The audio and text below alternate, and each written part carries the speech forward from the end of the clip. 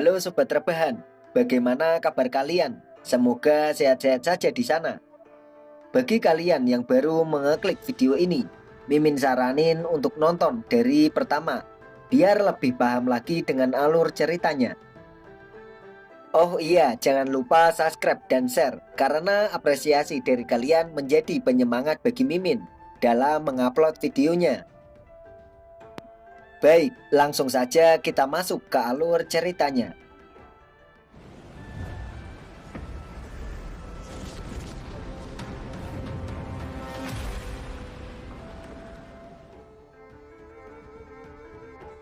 Di awal cerita, kita sudah dibawa ke suatu alam, entah berada di mana. Yang terlihat hanyalah sebuah kobaran api di mana-mana. Terlihat Bira sedang berada di tengah-tengah kobaran api itu. Tapi anehnya, dia sama sekali tidak merasakan kepanasan. Berbagai pertanyaan saat ini muncul di dalam pikiran. Sebenarnya sekarang dia berada di mana? Karena baru pertama kali dia mengalami ini. Lalu Bira mendengar jeritan dari arah belakangnya. Seketika dia langsung menoleh ke arah teriakan itu.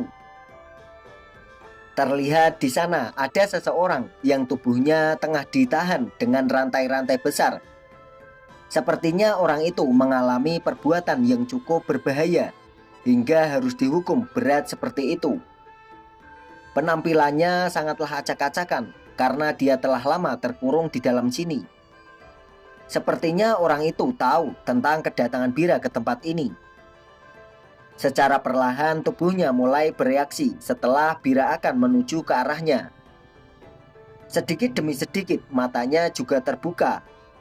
Dari tatapannya saja sudah menunjukkan ketidaksukaan dengan kedatangan Bira. Dilanjut matanya yang melotot sampai urat-uratnya terlihat. Dia menatap tajam ke arah Bira. Benar saja, dia memang bukanlah orang sembarangan.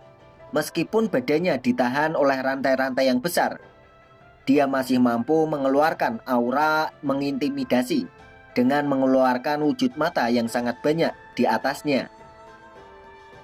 Suasana ini sangatlah mengerikan karena dipenuhi dengan aura yang begitu besar dan berbahaya. Ternyata sosok itu menyuruh Bira untuk kembali ke alamnya. Dia memperingati Bira dengan begitu keras. Bahkan suaranya sangat menggema seperti halilintar. Hempasan angin yang begitu kencang seketika mengarah ke arah Bira. Dia tak mampu berkata-kata saat itu karena pikirannya masih belum bisa memahami situasi saat ini. Di dalam hatinya, Bira berkata, sebenarnya siapa sosok di depannya itu? Kenapa dia sangat menginginkan dirinya untuk pergi dari tempat ini?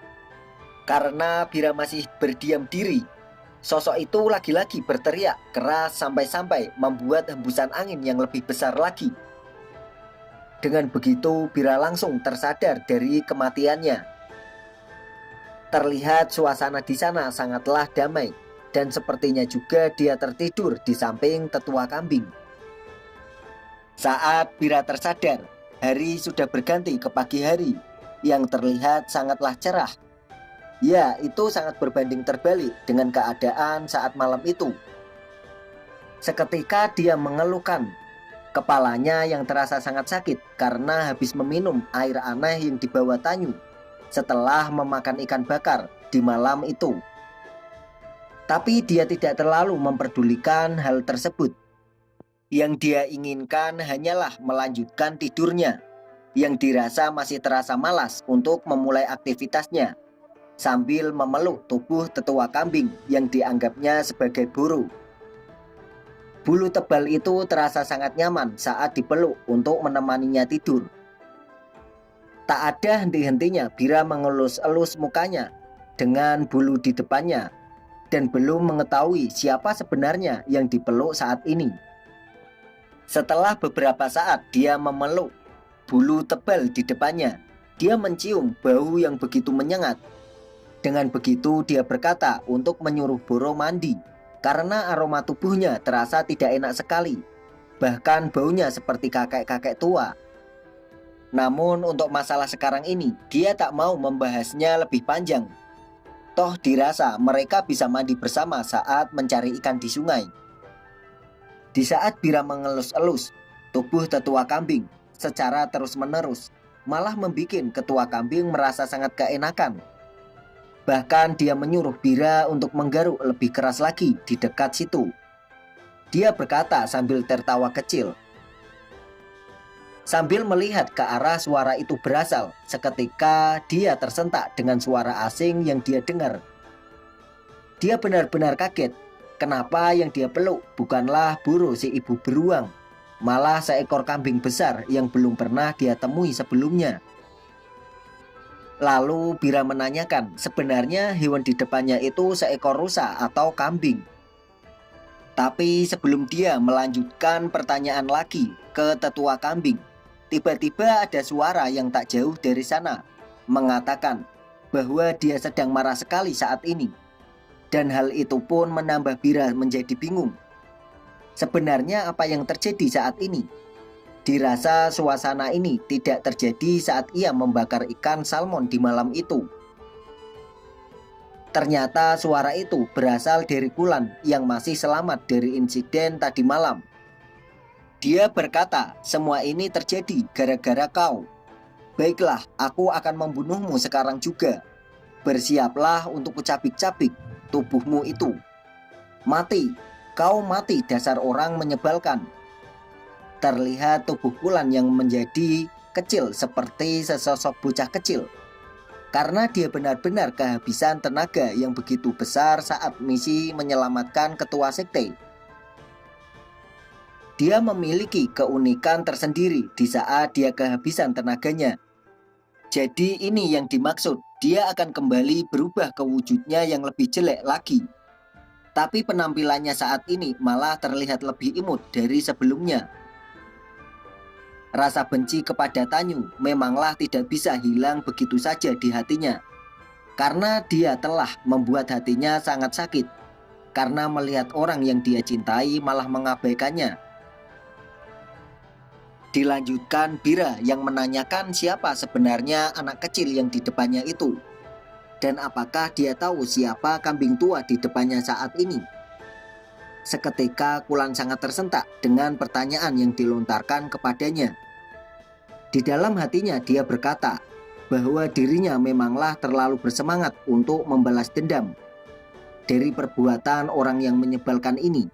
Sampai-sampai dia tidak menyadari keberadaan bocah gila di depannya. Karena pertanyaannya tidak segera dijawab, Bira memasang muka seriusnya dan ingin menanyakan sesuatu yang lebih serius lagi. Dengan begitu Kulan semakin panik. Dirasa situasi saat ini sangatlah gawat karena tak mungkin jika dirinya bertarung dengan tubuh seperti ini. Lalu Bira menanyakan, apakah kau tinggal di sini? Dan tempat ini aslinya memang begini. Kenapa terlihat sangat berantakan sekali ya di sini? Apa baru terjadi sebuah gempa besar? Parah juga keadaan desa ini. Dia bertanya dengan begitu polosnya dan tanpa merasa bersalah. Sepertinya Bira benar-benar tidak mengingat kejadian besar tadi malam yang telah terjadi padanya. Karena memang di malam itu Bira benar-benar mabuk setelah menghabiskan amer satu gendul secara sendirian. Jadi yang dia ingat hanyalah kejadian saat membakar ikan dan meminum amer itu saja. Selebihnya saat dia mencoba menyelamatkan Tanyu masih dalam keadaan mabuk.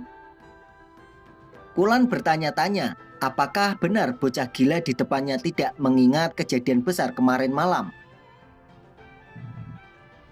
Sebosan apapun kau, masa mau membunuh orang yang sedang tertidur? Mau aku kasih hukuman? Tapi situasi saat ini sangatlah menguntungkan bagi Kulan, karena tak perlu bersusah payah bertarung dengan bocah gila lagi. Dilanjut dia bergegas pergi dari sana dan mengatakan bahwa dirinya tidaklah takut sama sekali dengan Bira. Dia juga menenangkan dirinya sendiri karena masih ada kesempatan lain untuk membalaskan dendam. Untuk saat ini memulihkan kondisinya adalah hal yang utama. Setelah itu maka tujuannya akan segera menemui ketua sekte. Namun saat dia mengingat-ingat ketua sekte, tubuhnya tak mampu berdiri karena dia mengingat jelas kejadian di malam itu saat dia menyatakan perasaannya yang sangat menyukai ketua sekte. Tapi harus ditolak dengan mentah-mentah begitu saja tanpa memperdulikan perasaannya yang hancur setelah mendengar jawaban itu. Seketika dia menangis sejadi-jadinya di sana karena merasa hatinya sangatlah sakit. Bira yang melihat itu merasa sangat iba pada Kulan. Dia menanyakan apakah anak kecil di depannya tidak apa-apa. Di sisi lain, ketua kambing tertawa kecil karena merasa keenakan saat tubuhnya digaruk-garuk oleh Bira. Dia sangat menikmati, sampai-sampai merasa masa bodoh dengan Kulan yang sedang menangis. Di pikiran Bira saat ini benar-benar tidak bisa menilai situasi saat ini. Dia bertanya-tanya sebenarnya apa yang sudah terjadi. Tiba-tiba dari arah belakang Bira, dia dipeluk begitu saja dan membuatnya sangat tersentak. "Halo Bira, hahaha, senang bisa bertemu denganmu lagi. Kau datang karena mengkhawatirkan aku ya? Terima kasih. Kau sudah bangun ternyata." Melihat keakraban Tanyu dan Bira, tetua kambing tertawa kecil. Dia sudah menebak bahwa mereka adalah teman baik. Dan hal itu langsung dibenarkan oleh Tanyu dengan memanggilnya sebagai tetua. Lalu Tanyu memberikan hormat kepadanya. "Baru sekarang saya bisa memperkenalkan diri. Nama saya Tanyu." Dari perkataan Tanyu, sepertinya dia sudah mengalami situasi yang sangat membantunya dengan ketua kambing, sehingga dia bertindak seperti ini. "Syukurlah kau kelihatannya membaik anak muda." "Terima kasih, itu semua berkat tetua." Lalu kita dibawa ke beberapa waktu yang lalu, di mana tetua kambing mencoba untuk menyembuhkan luka-luka Tanyu karena diperintahkan langsung dari ketua sektenya. Dia menilai keadaan Tanyu saat ini adalah suatu keajaiban karena dia masih bisa bernapas setelah mengalami luka yang cukup serius. Dia meminta untuk percaya dengan metode penyembuhannya dan menyuruh Tanyu untuk menahan meskipun proses penyembuhannya akan terasa sakit. Tak ada henti-hentinya, Tanyu berterima kasih kepada tetua kambing yang telah menyelamatkannya yang nyaris mati saat itu, dan menanyakan apakah dia boleh mengetahui nama dari tetua itu. Dari arah belakang, Bira memasang muka yang sedang sebal dengan Tanyu. Tapi tetua kambing enggan memberitahu namanya karena dirasa mereka tidak akan berjumpa lagi.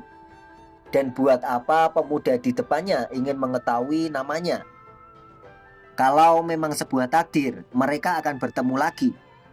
Belum terlambat kalau Tanyu mengetahui namanya saat itu. Di sana Tanyu menghargai keputusan dari ketua kambing. Namun untuk suatu hari nanti, dia berjanji pasti akan membalas kebaikan yang telah dia terima. Tapi tetua kambing sangatlah rendah hati. Dia membalas perkataan Tanyu bahwa dia tidak melakukan kebaikan yang berarti.